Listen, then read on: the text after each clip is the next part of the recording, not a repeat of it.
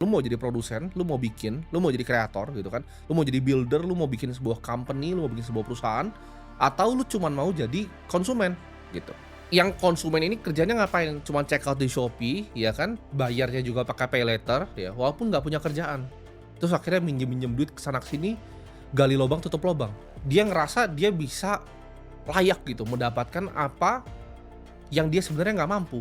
Nah, ini adalah budaya konsumerisme yang diturunkan gitu loh, dari beberapa generasi sebelumnya. Akibatnya kenanya di mana? Kenanya di Gen Z. Mereka yang paling banyak gengsi, ya kan? Mereka yang mau terlihat paling wow, tapi padahal tidak ada isinya, ya isinya kosong. Dan memang gue percaya cara kerja dunia itu akan seperti itu, dan konsumen ini akan selamanya, ya. Kalau dia nggak ubah mindset di kepalanya, dia cuma jadi konsumen, konsumen, konsumen terus, apa yang terjadi? Dia akan cuma jadi penonton. Setiap era itu dibangun sama generasi yang baru, ya. Generasi yang punya semangat. Dan di sini kalau kita mau lihat negara Indonesia di negara yang maju, kita lihat Gen Z itu jumlahnya besar sekali, ya. Ini demografi paling besar kita sekarang 74,9 juta penduduk, ya Gen Z. Karena kita bisa bedain mana yang bisa produksi sama mana yang konsumsi dari kalian yang nonton ini sekarang. Dari yang nonton ini, beberapa dari kalian pasti ada yang sebenarnya udah produksi, ya. Kalian udah coba jualan, kalian udah coba bikin sebuah produk, kalian udah mikir coba bikin sebuah jasa. Walaupun mungkin belum jadi perusahaannya, mungkin perusahaannya belum besar besar banget gitu. Tapi kalian mulai, ada yang bahkan di sini udah Gen Z tapi udah punya beberapa orang ya, udah bikin lapangan pekerjaan untuk orang banyak, udah bantu putar roda ekonomi. Tapi di satu sisi ada juga Gen Z yang cuman ibaratnya nonton Netflix. Jadi dia tidur ya, dia bangun pagi, dia nonton Netflix gitu kan. Dia nggak kerja, nggak ngapa-ngapain gitu. Bahkan untuk yang beruntung masih di kelas menengah, masih minta duit dari orang tuanya. Tapi gue kasih tahu ini demografinya sebentar lagi akan hilang. Kenapa?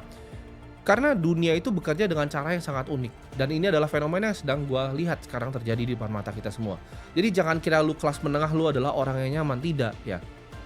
Jadi dari dulu selalu ada dua kelas di dalam dunia ini. Ada kelas para elit dan ada kelas kita, rakyat jelata. Even gua tuh masih kehitungnya rakyat gitu. Zaman dulu tuh apa sih? Ada bangsawan ya. Ada bangsawan, ada kaum petani. Ketika ada bangsawan dan ada kaum petani, bangsawan ini nggak suka kaum petani bisa punya hidup yang seperti bangsawan ini, ya. Ini gue kalau misal di dunia ini ya, ini gue masih petani juga. Even sekarang ini gue masih kaum petani. Ketika petani, tapi gue petani yang punya lumbung padi besar, gitu. Kalian tuh petani-petani yang masih nyangkul. Dan ada beberapa orang yang lumbung padinya bahkan petani lebih besar lagi. Ya, tapi mereka bukan bangsawan dan mereka nggak akan pernah bisa jadi bangsawan. Nah, apa yang terjadi? Ketika petaninya udah mulai banyak nih, yang ibaratnya nih punya lumbung padi yang besar. Bangsawan zaman dulu untuk bikin petaninya kerja, kalau nggak kerja, nggak maco lagi, lumbung padi dibakar. Dan menurut gue ini kenapa adanya siklus ekonomi, karena mereka perlu bakar lumbung padinya, ya. Jadi kalau kalian perhatiin 2008, ya kan di Amerika lumbung padi dibakarin. Jadi orang bikin duit dari financial market nih, oke, financial crash. 2020 orang punya lumbung padi besar nih. Contohnya yang buka-buka restoran tahun 2020, ya kan. Restoran seafood besar-besar segala macam, lumbung padinya mulai banyak dibakar Covid. Dan menurut gue ini ketika kalian bisa lihat ya, misalnya pasar secara global, oh udah mahal harganya, mereka akan bakar lagi lumbung padinya. 2030 menurut gue lumbung padinya dibakar lagi. Dan ini udah kelihatan kan, ada perang-perang seperti ini. Ini sistematis gitu. Memang dunia itu cara bekerjanya begitu.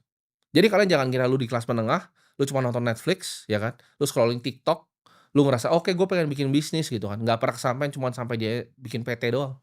Terus lu bakal jadi seseorang. Enggak, gitu. Yang ada lumbung padi lu, lumbung padi orang tua lu tuh bakal dibakar.